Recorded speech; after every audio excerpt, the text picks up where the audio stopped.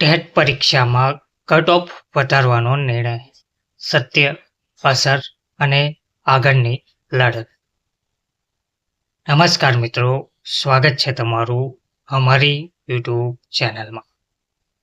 મિત્રો, આ વિડીયો ખાસ છે કારણ કે આજે આપણે વાત કરવા જઈ રહ્યા છે હજારો યુવાઓના સપનાઓ વિશે, તેમના ભવિષ્ય વિશે અને એક એવા નિર્ણય વિશે જે એક ઝટકામાં બધું બદલી શકે છે.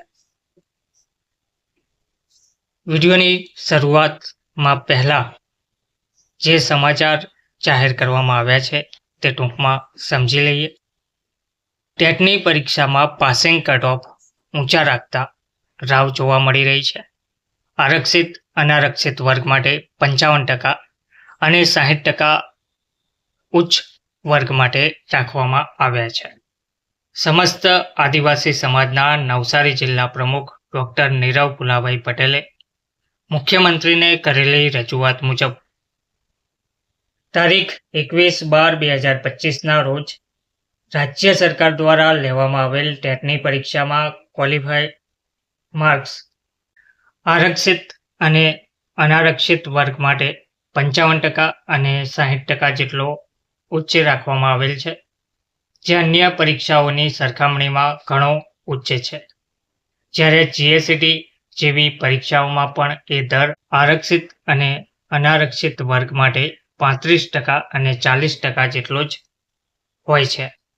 તો ટેટ જેવી પરીક્ષામાં આટલું ઊંચું પાસિંગ રાખીને ટેટની પરીક્ષા આપનારા પરીક્ષાર્થીઓને રાજ્ય પરીક્ષા બોર્ડ અન્યાય કેમ કરી રહી છે?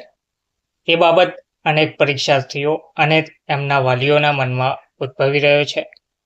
આ બાબતે ખેરગામના આગેવાન ડોક્ટર નીરવ પટેલે મુખ્યમંત્રી અને શિક્ષણ મંત્રીને રજૂઆત કરતા જણાવ્યું હતું કે એક જ રાજ્યમાં પરીક્ષાઓ પાસ કરવા માટે જુદા જુદા નિયમ શા માટે છે?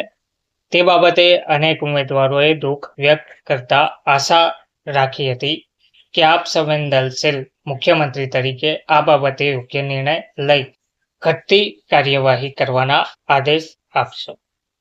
તો આ સમાચાર મુજબ આપણે વિડીયોની શરૂઆત કરીએ. તો મિત્રો, ગુજરાત રાજ્યમાં લેવાયેલી ટેટની જે પરીક્ષા છે, જેને માત્ર એક પાત્રતા પરીક્ષા માનવામાં આવે છે, પણ હવે પ્રશ્ન એ છે કે આ પરીક્ષા જાણે નોકરીની પરીક્ષા બની ગઈ હોય એવા એક મોટો નિર્ણય લેવામાં આવ્યો છે. રાજ્ય સરકારે નક્કી કર્યું છે કે આરક્ષિત વર્ગ માટે 55% પાસિંગ માર્ક છે અને અનારક્ષિત વર્ગ માટે 60% પાસિંગ માર્ક છે. તો આટલા પાસિંગ માર્ક રહેશે તેવું નક્કી કરવામાં આવ્યું છે, પણ પ્રશ્ન એ છે કે શું આ યોગ્ય છે? શું આ નિર્ણય વિદ્યાર્થીઓના હિતમાં છે? અને સૌથી મોટો પ્રશ્ન, આગળ શું થવાનું છે? આ વિડીયો છેલ્લે સુધી જોતા રહેજો, કારણ કે અંતમાં હું તમને કહીશ આ નિર્ણય સામે હવે શું કરી શકાય. અને વિડીયો જો ગમે તો વિડીયોને લાઈક કરજો, વધુને વધુ શેર કરજો અને ચેનલને સબસ્ક્રાઈબ ચોક્કસપણે કરજો. તો મિત્રો, 21 ડિસેમ્બર 2025ના રોજ ગુજરાત રાજ્ય સરકાર દ્વારા ટેટ પરીક્ષા લેવામાં આવી હતી. અને આ જે પરીક્ષા છે તે લેવાયા પછી એક સમાચાર આખા રાજ્યમાં આગની જેમ ફેલાઈ ગયા છે. સમાચારમાં સ્પષ્ટ લખવામાં આવ્યું છે કે રાજ્ય સરકારે ક્વોલિફાઈડ માર્ક્સ નક્કી કર્યા છે, જેમાં આરક્ષિત વર્ગને પાસ થવા માટે 55% જરૂરી છે, અનારક્ષિત વર્ગ માટે 60% જરૂરી છે. હવે થોડા પાછળ જઈને જોઈએ તો અગાઉ શું હતું? ઘણી પરીક્ષાઓમાં આરક્ષિત વર્ગ માટે 35%થી 40% હતા અને અનારક્ષિત વર્ગ માટે 40%થી 45% પાસિંગ માર્ક હતા. પણ હવે એકદમ સીધો 15થી 20%નો વધારો. તો મિત્રો, આ કોઈ નાનો ફેરફાર નથી. આ હજારો લાખો વિદ્યાર્થીઓને બહાર કરી દેવાનો નિર્ણય છે. સરકારનો તર્ક આમાં શું છે? હવે સરકાર શું કહે છે? તો સરકારનું કહેવું છે શિક્ષણની ગુણવત્તા સુધારવી છે, સારા શિક્ષકો પસંદ કરવા છે, સીટેટ જેવી રાષ્ટ્રીય પરીક્ષાઓ સાથે સમાનતા લાવવી છે. સાંભળવામાં સારું લાગે છે ને? પણ પ્રશ્ન એ છે મિત્રો, ટેટ પરીક્ષા નોકરી નથી, ટેટ માત્ર એલિજિબિલિટી ટેસ્ટ છે. જો ટેટ એલિજિબિલિટી છે તો પછી આટલો ઊંચો કટ ઓફ કેમ? જો નોકરીમાં સિલેક્શન કરવી હોય તો રિક્રુટમેન્ટ એક્ઝામ છે ને, તો એલિજિબિલિટીમાં આટલી કઠોરતા કેમ? અહીંથી શંકા ઊભી થાય છે મિત્રો.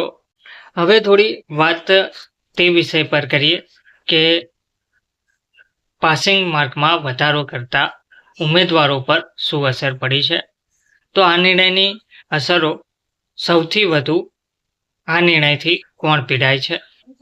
તો સૌથી વધુ જે પીડાતા હોય આ નિર્ણયથી તો તે તેવા વિદ્યાર્થીઓ છે જે લોકો ગામડાના છે, આર્થિક રીતે નબળા ઉમેદવારો છે, મહિલા ઉમેદવારો છે, વર્ષોથી તૈયારી કરતા યુવાનો છે. ઘણા વિદ્યાર્થીઓ માત્ર 1 માર્ક કે 2 માર્કથી પાસ થવાથી રહી જતા હોય છે. કલ્પના કરો કે 3 થી 4 વર્ષ તૈયારી કરી, પરિવારની અપેક્ષાઓ હતી, ઉંમર પણ વધતી જાય છે અને છેલ્લે એક નિર્ણય બધું ખતમ કરી દે છે. આ માત્ર આંકડા નથી મિત્રો, આ શું છે? આ તૂટેલા સપનાઓ છે. કાનૂની અને નૈતિક મુદ્દાની વાત કરીએ તો મિત્રો જીએસસીટી જેવી પરીક્ષામાં પણ આટલો ઊંચો કટ ઓફ નથી. ટેટ માત્ર એલિજિબિલિટી હોવા છતાં આટલી કઠોરતા શા માટે? શું અચાનક નિયમ બદલવો યોગ્ય છે? શું નેચરલ જસ્ટિસનું ઉલ્લંઘન નથી? આગળ પણ ગુજરાત હાઈકોર્ટમાં આવા મુદ્દાઓમાં સરકારને વિચાર કરવા જણાવવામાં આવ્યું હતું, કહ્યું હતું. એટલે મિત્રો આ મુદ્દો માત્ર લાગણીનો નથી, આ કાનૂની મુદ્દો પણ હાલમાં જોવા મળી રહ્યો છે. તો હવે આગળ શું કરી શકાય? હવે સૌથી મહત્વનો ભાગ મિત્રો કે આગળ શું કરી શકાય. તો સૌથી પહેલા તો તમામ ઉમેદવારોએ મળીને કલેક્ટિવ રિપ્રેઝન્ટેશન આપવું પડશે. શિક્ષણ મંત્રી અને મુખ્યમંત્રીને લેખિત રજૂઆત પણ કરી શકાય. સોશિયલ મીડિયા અને યુટ્યુબ દ્વારા અવાજ ઊંચો કરી શકાય. કાનૂની સલાહ લઈને હાઈકોર્ટમાં અરજી પણ કરી શકાય. અગાઉની જેમ કટ ઓફ ઘટાડવાની માંગ પણ કરી શકાય. તો મિત્રો જો આપણે ચૂપ રહીશું તો આવું ફરી અને ફરી થયા જ કરશે. પણ જો આપણે એક સાથે ઊભા રહીશું તો પરિણામ ચોક્કસપણે આવશે. આ લડાઈ કોઈ એક વ્યક્તિની નથી, આ લડાઈ છે ન્યાયની. જો તમને લાગે કે આ નિર્ણય ખોટો છે તો આ વિડીયો શેર કરો, તમારો અવાજ ઉમેરો. એકતા જ શક્તિ છે. જય હિન્દ.